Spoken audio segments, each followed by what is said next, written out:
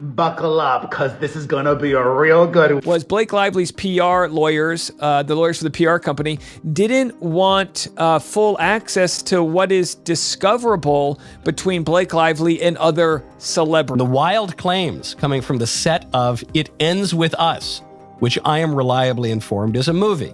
Is Taylor Swift to blame? What does she have to do? Actress Blake Lively and her actor husband Ryan Reynolds want to keep their messages with seemingly their A-list friends out of the hands of the... Justin Baldoni is not paying his legal bills, which are hefty. What began as a promising film adaptation quickly descended into Hollywood's most explosive feud of the year. On the set of It Ends With Us, tensions simmered beneath the surface until they finally erupted into all-out war. Blake Lively, America's Golden Girl, claims she endured uncomfortable conditions and harassment from director Justin Baldoni, filing a bombshell complaint with California authorities that sent shockwaves through Tinseltown. I know this gets overused now, but she did FAFO. Like, she thought she could blame all of her negative press on him.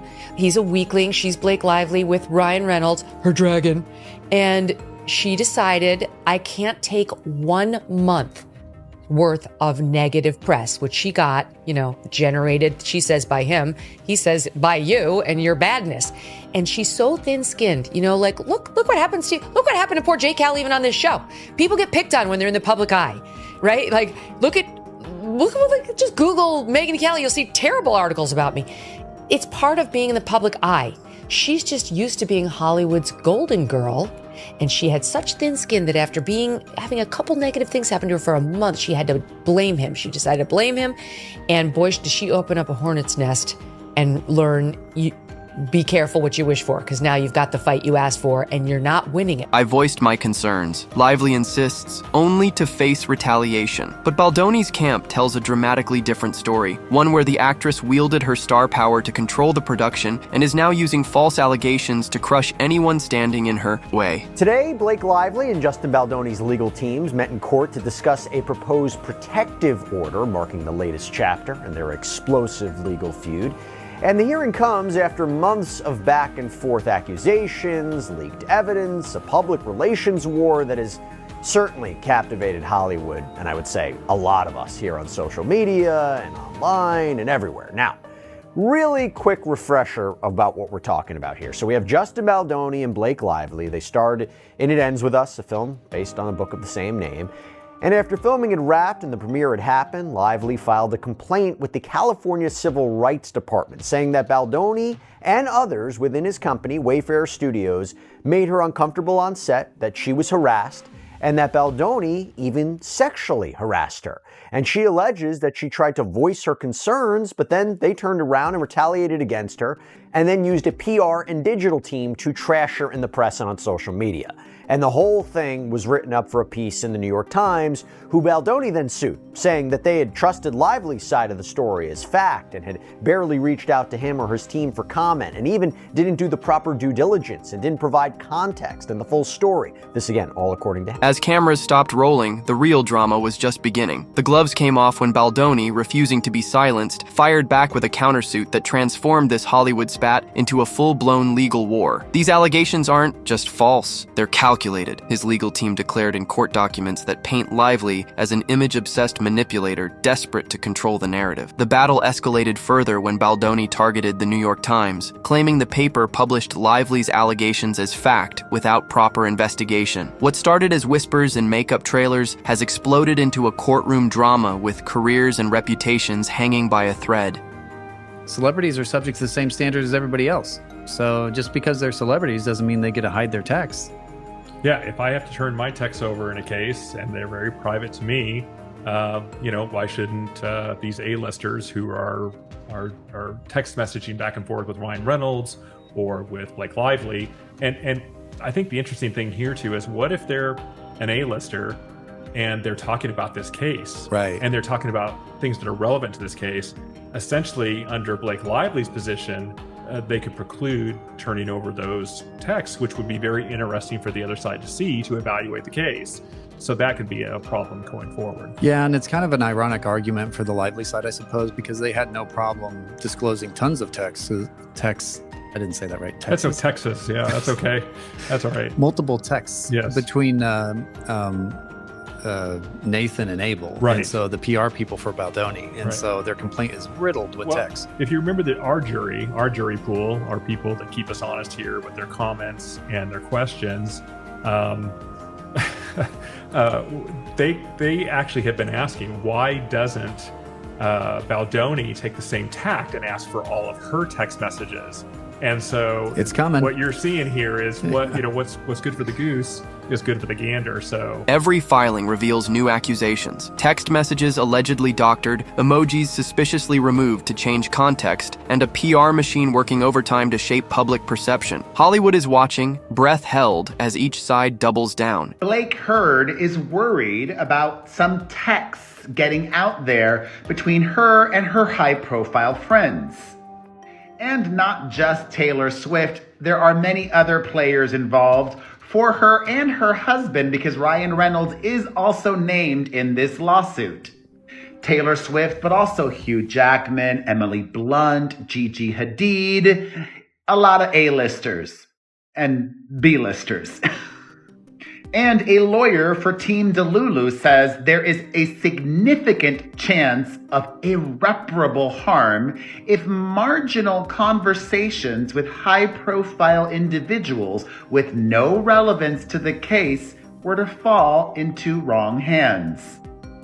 Well, I would argue, and so would his lawyer, I think, that Taylor Swift's communications with her former dragon keeper are of high interest and relevancy to this case. In a dramatic courtroom showdown, Lively's attorneys fought desperately to shield her private communications with A-list friends from being exposed in discovery. These high-profile individuals deserve protection, they argued, requesting an unusual attorney's eyes only designation that would keep messages with Taylor Swift, Hugh Jackman, and other stars under lock and key. But Baldoni's formidable attorney Brian Fredman wasn't having it. Celebrities don't get special privileges in court, he thundered, pointing out the hypocrisy of Lively's team demanding extensive access to Baldoni's communications while trying to shield her own. The judge appeared skeptical, delivering a reality check that sent ripples through the courtroom. Public figures mean public interest. If this goes to trial, these communications become public regardless. And was embroiled in the countersuit, with Justin accusing him of swearing and berating him in an aggressive tirade at a meeting at their New York penthouse, where it looks like Blake's wife was present to discuss Justin's conduct. He also claims that Ryan had tried to interfere with the movie script and force out the editors and the composer that he had hired in favor of professionals who had previously worked with him. Now, there are plenty of reactions on social media. Starlight writes, when it comes to being in the public eye, there's a fine line between love and disrespect. I think it's more difficult to get that respect back once you've lost it than it is to get it in the first place. Another person writes, agreed, divorce will be next, and it will be revealed that Blake is frustrated with Ryan just taking out her troubles on Justin. I think it's interesting because these two got together in a sketchy way. I believe on Green Lantern, Ryan was cheating on Scarlett Johansson with Blake Lively, which quite a choice there. One person likes, I've always liked Ryan Reynolds, but with all this drama, I'm seeing him so much differently. He tries to come across as easygoing, funny, and a regular guy, and Blake is definitely not any of those things. The battle to control what stays in the shadows reveals just how high the stakes have become. Behind the glamorous facade of Hollywood lies a ruthless power game that's now on full display. With an estimated net worth dwarfing Baldoni's, the Lively Reynolds power couple reportedly has one brutal objective: financial annihilation. They want him bankrupt, industry insiders reveal, describing a calculated strategy to drain Baldoni through extended litigation he can't afford to fight. The couple's extensive network of industry connections serves as a weapon, with whispers of blacklisting and closed doors following Baldoni wherever he turns. It's not just about winning in court, explains one source close to the case. It's about making an example of him. This David versus Goliath battle exposes the ugly truth of how influence works in Hollywood. When A-listers declare war, the industry falls in line or risks becoming